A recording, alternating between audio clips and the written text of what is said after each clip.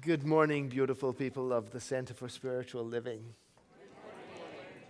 That's nice. Our theme this whole year is living the science of mind, and each month we take a new focus. Our focus this month is where humanity and divinity meet. Then every week we select a topic from this beautiful book, Living the Science of Mind by Ernest Holmes. Like this week's topic comes from page 164, and it is God Talks to the Heart. So here are the 3 points I hope to cover in today's message.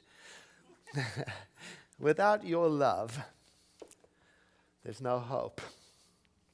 Not for the world, not for you, not for me. Oh, and by the way, the second point is love may be the only thing that you actually know how to do. So there's that.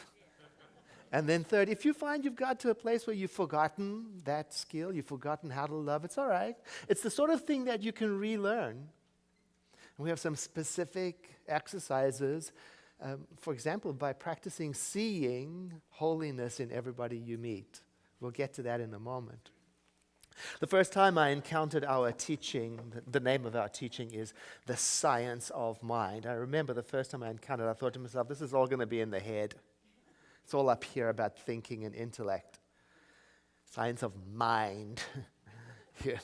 So it's kind of refreshing to turn to page 164 and read this. We must realize that the creative factor in the universe is feeling. Not thinking, feeling. This is not a heartless teaching.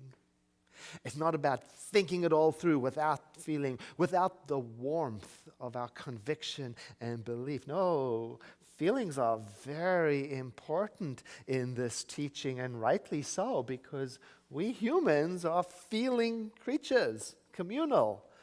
We respond to feeling more than anything else. I remember I attended a seminar once all about how to be a better minister. And I walked into the seminar, and the presenter had written up on a chart on the wall these wonderful words: people don't care what you know until they know that you care. And I don't remember anything else from the seminar. I had gone there to learn how to be smart and to think better, and because I valued intelligence and quick thinking, but I realized in that one poster I might have been forgetting one of the key ingredients to connecting. Similarly, it is the same with our thoughts. The thoughts that we care about are the ones that are creative. And the way we care about our thoughts is important. And what I mean by that is the feelings that go with our thought are important. Are they loving? Are they warm? Are they excited? Or are they something else? Are they disconnected? Disinterested? Random? There's a difference. A world of difference. In this book, Living the Science of Mind, our founder, Ernest Holmes, wrote in an earlier chapter, we know that we could not live without love. For life is absolutely meaningless unless its whole motivation is built on love. Now, there's an idea for a world that works for everyone. Build everything on the motivation of love. So thinking of that phrase, I came up with 2 statements that I think are helpful to remember. We cannot live without love. Or if I personalize it, I cannot live without love. Years ago, I read a story about an experiment in a lab that went terribly wrong. Now, I can't remember the source of where I read it, or even if it's, it might be a legend for all I know. I just know that it made such an impact on me that I repeat it every year. That tells me something. It was a pivotal moment for me, just like that writing on the wall. It meant something for me to pay attention to. Here's the story. It's the story of a lab experiment that goes wrong. The experiment was on a group of rabbits. that were supposed to be getting sicker and dying from the experiment, but they weren't. They were getting happier and more lively and energetic than the control group. And the experimenters scratched their head, wondering what possibly could have gone wrong. So after lots of scrutiny, they decided to examine the security camera. And it turns out, late at night, the janitor was coming in and taking each bunny out of the cage and loving it up and whispering sweet nothings into its ear. Totally messing up the experiment. Turns out he was apparently giving a healthy boost to the immune system of the bunnies, bolstering them up against whatever had been put into them. And do you know that in June, in our free Wednesday night classes, 1-hour classes at 7 p.m., open to anyone, we're going to be studying that. We're going to study how our own loving thoughts can give us a healthy boost in our own lives. Now, this wonderful story of the bunnies meant so much to me because it reminds me of how important it is to feel like we belong, to feel like we are accepted, to feel loved, and to have the warmth of an affection of touch and community. But that's not all it is. There's more to it, I realize. In the example of the janitor, my role model, in the example, there is the reminder to me that as important as it is to receive love, it is equally important to give it and to express it. And now I'm thinking of expressing love as being life-saving, as it was for the bunnies. So I take the statements, we cannot live without love, and I cannot live without love, and change it a little bit to make it even more intense for me. The world cannot live without my loving it. I cannot live without being loving, after all. And this is the second point of the message today. After all, that's my job. It may be my only job. Love may be the only thing that I truly know how to do. I think that's accurate because everything else takes a lot of effort and causes a tremendous amount of stress, like envy, jealousy, competitiveness, hatred, prejudice, self-centeredness, vanity, bossiness, nastiness. You have to really work at that stuff. You got to be committed to it. You have to stay with it. It takes energy. It takes commitment. It takes mindfulness. But love takes no energy at all. Maybe it's because, like it says in so many of the scriptures of the world, maybe it's because God is love. Now, we don't make love. We're not responsible for creating it. No. We just align with what is already so, and then we let it out. We set it free. We let it flow. Oh, that's good. Imagine that's your assignment this week. Your assignment is to let it free, to let it flow, just that. Maybe look for opportunities to let the universe do whatever the universe does, but through you. Imagine that love itself is the urge of the universe and it wants out through you. And all you have to do is play along. Think of yourself as the instrument, and you don't even know what music's going to come out. You just have to play along. When divine love comes through humans into expression in this world, it's very beautiful. And there are so many forms of it. Like affection, the affection of the janitor to the bunnies in the lab. Or kindness, like the stranger responding to the request of the person in the parking lot asking for money. Or caring, like the child struggling to help the parent who's aging. Or like compassion, like the volunteer who goes the extra mile to help the organization that's touching the lives of people he or she will never meet. Oh, when the love of the divine comes through humans into expression in this world, it is very beautiful. And the nice thing about it is it doesn't even have to be perfect. Just genuine. That's the feeling of love. Genuine. It reminded me that I had written about it in my book, Ordinary Goodness. The idea of ordinary goodness came to me while teaching a class in which the students were learning the techniques of spiritual coaching.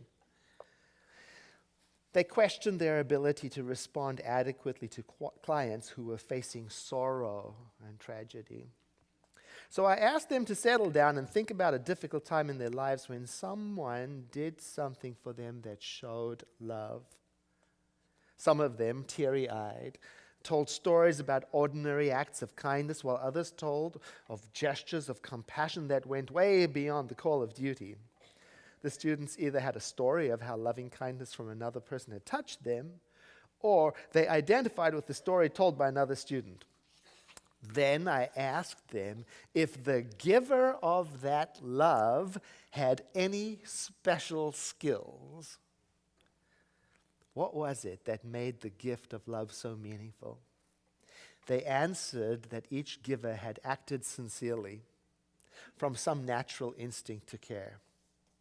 I called that instinct ordinary goodness, and I pointed out that they too had the same innate capacity to care, and that their goodness required no special training. In fact, it may be clumsy or unskilled, and yet, when expressed, especially through kindness, it leads to compassion, and that is something mighty to bring into the world. Imagine that. Imagine that your loving is good enough. Not because you're skilled, not because of what you can think up, but because it is genuine, non-controlling, real goodness. And you didn't create it. You released it. You let it go. You set it free. The thing is, society may have forgotten this natural talent for being loving. And the reason for that, well, we'll hear from Dr. Thomas Plant. He is the adjunct clinical professor of psychology at Stanford. This psychiatrist says that the reason why society may have forgotten its natural talent for being loving is that we may have so many models of how not to behave. He says we live in a culture where people are often treated with disdain and disrespect, like on cable TV or on radio talk shows, where yelling and insulting each other and the guests is done for effect and for ratings and for sport. And then reality television shows, they let us peek into a world where people demean each other without remorse. So I have to be careful that I don't let that become normal. I've got to be careful that I don't let children turn reality show stars into role models. And this psychiatrist, Dr. Plant, asks a great question. He says, don't you ever wonder that if this is how people behave toward each other while on national TV, how might they behave when the camera is actually turned off? We hear constant media coverage of our public figures and sports, entertainment, and political people who we often look up to behaving in remarkably poor ways. And the psychiatrist offers a remedy. He has a solution for this situation. You know what it is? Spiritual practice. Yeah. He suggests, the psychiatrist suggests that we practice seeing the divine in everyone we meet. That's his remedy. And if divinity is too strong a word for you, he suggests that we focus on the idea that everybody that we engage with is either the friend, the son, the sister, the brother, the mother, the cousin of somebody you love. And he suggests that will change your world. He admits that it's easier to talk about than it is to do. But with mindfulness and with practice, he suggests that we would likely find ourselves living in a different kind of world. I love that. And after reading his article, I found myself saying to myself, when things got rough or didn't work out the way I wanted to, or when I was worried about the world, I find myself saying, no matter what, I've still got love. No matter what, I still can love, and I can trust that love to do something in the world that I myself cannot accomplish. Now, if you're doubting whether you can be loving, or maybe you've forgotten that you know how, the good news is that you can relearn it, just like you learn to read and write. Now, unlike love, we haven't always known how to read and write. We had to start from nothing, from scratch, and learn to read and write. And in the beginning, it could take a lot of time, a lot of focus, a lot of repetition, a lot of effort. And if you know how to type, maybe you remember the drills over and over and over again. And you can't learn how to type by reading about it. Oh, well, you can get some clues, but you can't learn how to type by thinking about it now and then. Oh, no, you got to put yourself in it. You got to set aside time for it. You got to have a couple of goals. You got to be motivated for it. And the good news is that with being loving, you are relearning something that your heart already knows how to do. So it goes faster. It goes quicker. It's easier, but you do have to put yourself in it. You do have to make time for it. Maybe even have a couple of goals to motivate you. I can see myself saying something to myself like, today I'm going to compliment 2 people in my family or in my group for their contribution. Or maybe I'll say to myself, today, and I'm going to try stay with this the whole day, I'm going to listen to people without interrupting them to really discover my interest and value in them. Or maybe I could say to myself, this whole week I'm going to communicate with respect, as if whoever I'm talking with has the divine in them. See if I can stay with that. But to do this, have you noticed you got to slow down? Have you noticed that to be loving and attentive, you've got to slow down? It's very difficult to be loving if you're in a hurry. It's very difficult to be loving if you're distracted. It's hard to be loving when your mind is racing. It's not right or wrong. It just shows the importance of slowing down. The mind will speed up for things like anger and envy, comparison, complaining. Try that. Try to notice how fast your mind can move when you're not being loving. And then compare that to how smoothly your mind moves when you are being genuinely loving. There's a difference. I know that if I can stay alert enough to pay attention to the speed of my mind, I see it. When I'm angry, it's racing.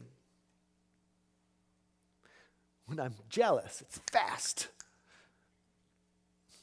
When I'm selfish, speedy. And not only my mind, not only my thoughts are racing, my heart goes faster. My breathing gets more shallow and quicker. Things speed up. I was introduced to this image of the mind being like a car, and it's very helpful because when a car is speeding, you can't turn safely and change direction safely or stop safely. When a car is speeding, it's impossible to look at the countryside. Oh, you got to stay on the destination, focused. When a car is speeding and a cow steps out, oh, there's going to be trouble. I've been that car. You're speeding through life, not seeing others around me, not even in footwear if I drove over a few of them. You know, rushing from one important thing to another important thing, not noticing any injury. No, I wouldn't call that loving. Efficient, but not loving. It's the same with thoughts, thoughts that are going too fast, especially if they're going so fast that they're tailgating and there's not enough space between one thought or the other for any maneuvering to take place safely. That's when just about anything will come out of a person's mouth. Just about anything. So I know when I'm racing, I got to slow down. I got to bring my mind back to the speed of love, where God speaks to the heart. The Catholic mystic St. Francis de Sales gave some beautiful encouragement in this regard. If the heart wanders or is distracted, bring it back to the point quietly and replace it tenderly in its master's presence. And even if you did nothing during a whole hour, but bring your heart back and place it again in our Lord's presence, though it went away every time you did, your hour would have been very well employed. So beautiful. So let's check in with those 3 points again. Without your love, there is no hope for us. It's all on you. And by the way, it may be the only thing you actually know how to do. But keep in mind, it's not your love. No. It's the urge of the divine to be set free and express itself in life. And if you find yourself in a place where you doubt you know how to love, or you've forgotten how to exactly, start where you are by practicing treating people as if divinity lives in them. And to do that, you're going to have to slow down so you can enjoy the ride. I invite you to breathe in and to exhale, letting your eyes close. There is a witness within me who knows the truth and who will not let me enter into falsehood. This inner guide is my love. It is the presence of the living Spirit loving through me and keeps me on the path of life, directs me at all times to that which is right and best. I shall never be without this witness of the Spirit within me. I believe in it, and I accept it as the constant companion of my soul. It is the infinite presence, and I love it. And together we say, and so it is. Once again, a breath in and an exhalation.